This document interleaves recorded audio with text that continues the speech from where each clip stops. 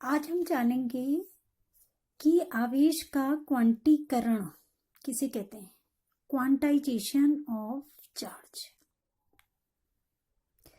अगर हम quantization of charge की बात कर रहे हैं तो इसका मतलब ये है कि जो चार्ज है यानी कि आवेश है उसकी एक बेसिक यूनिट होती है, एक मूल इकाई, जिसे हम जनरली ई से निरूपित करते हैं। आवेश की मूल इकाई जिसकी वैल्यू होती है 1.6 इंटू 10⁻⁻19 कूलम।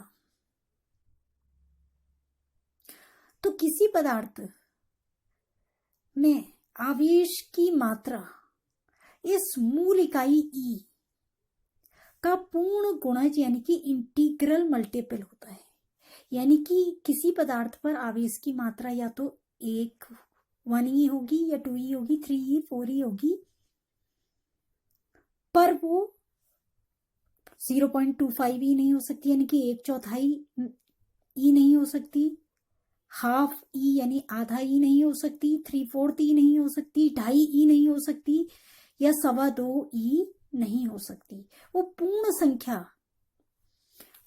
संख्या से अगर हम ई को मल्टीप्लाई कर दें यानी ई का पूर्ण गुणज हो सकती है।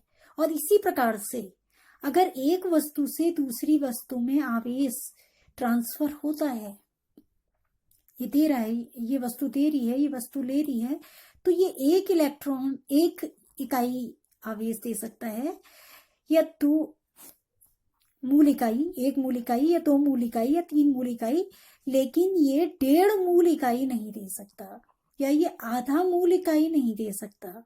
ये आवेश ट्रांसफर नहीं हो सकता, ये पॉसिबल नहीं है। और जो हम मूल इकाई की बात कर रहे हैं, जब जिसे हम ई से रिप्रेजेंट कर रहे हैं, जिसकी वैल्यू 1.6 इंटू 10⁻⁻19 कूलम है, ये होता है एक इलेक्ट्रॉन के आवेश के बराबर। यानी कि किसी वस्तु पर अगर आवेश प्रेजेंट है, आवेशित है वस्तु, तो उसके आवेश का मान 1 इलेक्ट्रॉन के आवेश के बराबर होगा, या 2 इलेक्ट्रॉन के, या 3 इलेक्ट्रॉन के, या 4 इलेक्ट्रॉन के।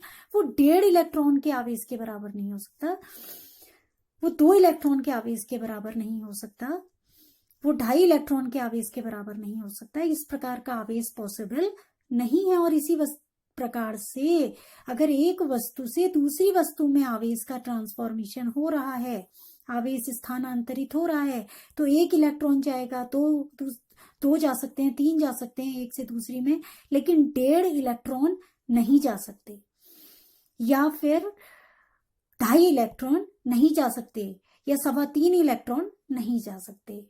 इसे हम कहते हैं आवेश के क्वांटीकरण का गुण, यानी कि चार्ज जो है वो क्वांटाइज्ड होता है। Quantization of charge we call it. इसको हम इसी प्रकार से, इसमें हम ये भी जाने कि अगर मूल इकाई ई है तो पूर्ण गुणज n इंटू ई होगा, जहां n पूर्ण संख्या है 0 1 2 3 4, यानी कि या तो आवेश नहीं होगा, 0 है अगर इसकी वैल्यू, 1 है तो 1 ई होगा, 1 इलेक्ट्रॉन के बराबर ही किसी पदार्थ पर होगा, या आदान प्रदान होगा, या 2e या 3e, इस प्रकार से। यानी ई जो है वो एक न्यूनतम पॉसिबल आवेश है, मिनिमम पॉसिबल चार्ज, न्यूनतम संभव आवेश, एक निश्चित मात्रा है ये, जिसकी वैल्यू 1.6 इंटू 10⁻⁻19 कूलम होती है। हम इसको इस प्रकार से भी समझ सकते हैं कि जैसे कोई देश है, हमारा ही देश समझ लीजिए, इंडिया, सपोज यहाँ पर जो सबसे कम करेंसी मान्य है वो 1 रुपया है, यानी कि 50 पैसे मान्य नहीं है, 25 पैसे मान्य नहीं है, 75 पैसे मान्य नहीं है, 1 रुपये से कम धनराशि मान्य नहीं है। इस तरह का की कोई मुद्रा अवेलेबल नहीं है, उपलब्ध नहीं है, वो नहीं चलती मार्केट में। तो अगर हम कोई वस्तु खरीदें तो उसका मूल्य किस प्रकार का हो सकता है? उसका मूल्य 1 रुपया हो सकता है, अगर 1 रुपये से ज्यादा है तो फिर 2 रुपये हो सकता है, या 10 हो सकता है, 150 रुपये हो सकता है, 12 13 14, यानी कोई भी पूर्ण संख्या के रूप में हो सकता है। लेकिन उसका मूल्य 2.5 रुपये नहीं हो सकता, क्योंकि 2 रुपये तो चल जाएगा, 1 रुपया प्लस 1 2 रुपये, पूर्ण इकाई का मूल इकाई का पूर्ण गुणज, ये मूल इकाई है करेंसी की, पूर्ण गुणज के रूप में। लेकिन ये 1 रुपये से कम है, इसकी वैल्यू 0.5, आधा है। तो आधा रुपया तो चल ही नहीं रहा है हमारे देश में। तो अगर मूल्य 2.5 भी आता है तो दुकानदार या तो 2 रुपये चार्ज करेगा या 3 रुपये चार्ज करेगा। आप 2 रुपये में उसे खरीद पाएंगे या 3 रुपये में, पर 2.5 रुपये में आप उसे नहीं खरीद पाएंगे। तो इसे हम कहते हैं किसी राशि का क्वांटीकृत होना। तो उसी प्रकार से आवेश भी किसी वस्तु का क्वांटीकृत होता है।